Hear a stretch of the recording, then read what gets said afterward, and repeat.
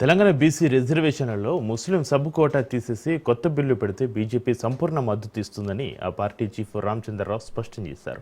స్థానిక ఎన్నికలు నిర్వహించాలన్న ఆలోచన రేవంత్ సర్కార్కు ఏమాత్రం లేదని రామచంద్రరావు ఆరోపించారు. పాత రిజర్వేషన్లతో ఎన్నికలు నిర్వహించాలని చూస్తే బీజేపీ చూస్తూ ఊరుకోదని రామచంద్రరావు హెచ్చరించారు.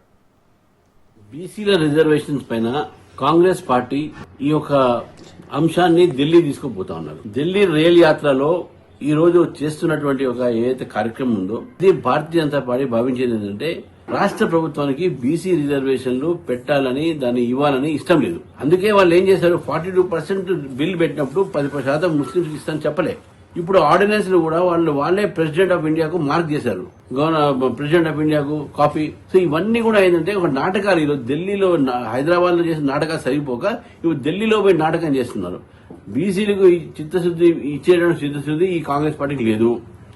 మీకు చిత్తశుద్ధి ఉంటే ఇదే 42% యాజ్ ఇట్ ఈస్ గా మీరు అనౌన్స్ చేయండి. భారతీయ జనతా పార్టీ పూర్తిగా మీకు మద్దతు పలుకుతుంది. అందులో 10% రిజర్వేషన్ ముస్లింస్ కి ఇచ్చేసి మీరు 10% బీసీలకు అన్యాయం చేస్తున్న విషయాన్ని మీకు గుర్తుందా? అది కాదా? నిజం కాదా? ఇవన్నీ మీరు ఆన్సర్ చేయకుండా, జవాబు ఇవ్వకుండా బీజేపీ అడ్డుకుంటుందని చెప్పేసి అబద్దాలు ప్రచారం చేసే ఇప్పుడు తెలంగాణ బీసీలు కానీ దేశంలో ఉన్న బీసీలు కానీ ఎవ్వరు కూడా కాంగ్రెస్ పార్టీ ఒక మాటలు వినడానికి సిద్ధంగా లేరు.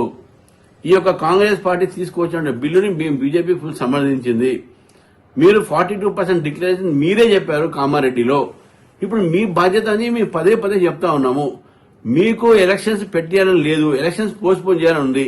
ఒకవేళ ఎలక్షన్స్ పెడితే కూడా ఈ 42% కాకుండా పాత రిజర్వేషన్లోనే పెట్టించారని కాంగ్రెస్ పార్టీ వాళ్ళకున్న మనసులో మాట అది. వాళ్ళు కాబట్టే ఇవన్నీ నాటకాలు చేస్తా ఉన్నారు. కాంగ్రెస్ పార్టీకి చిత్తశుద్ధి లేదు.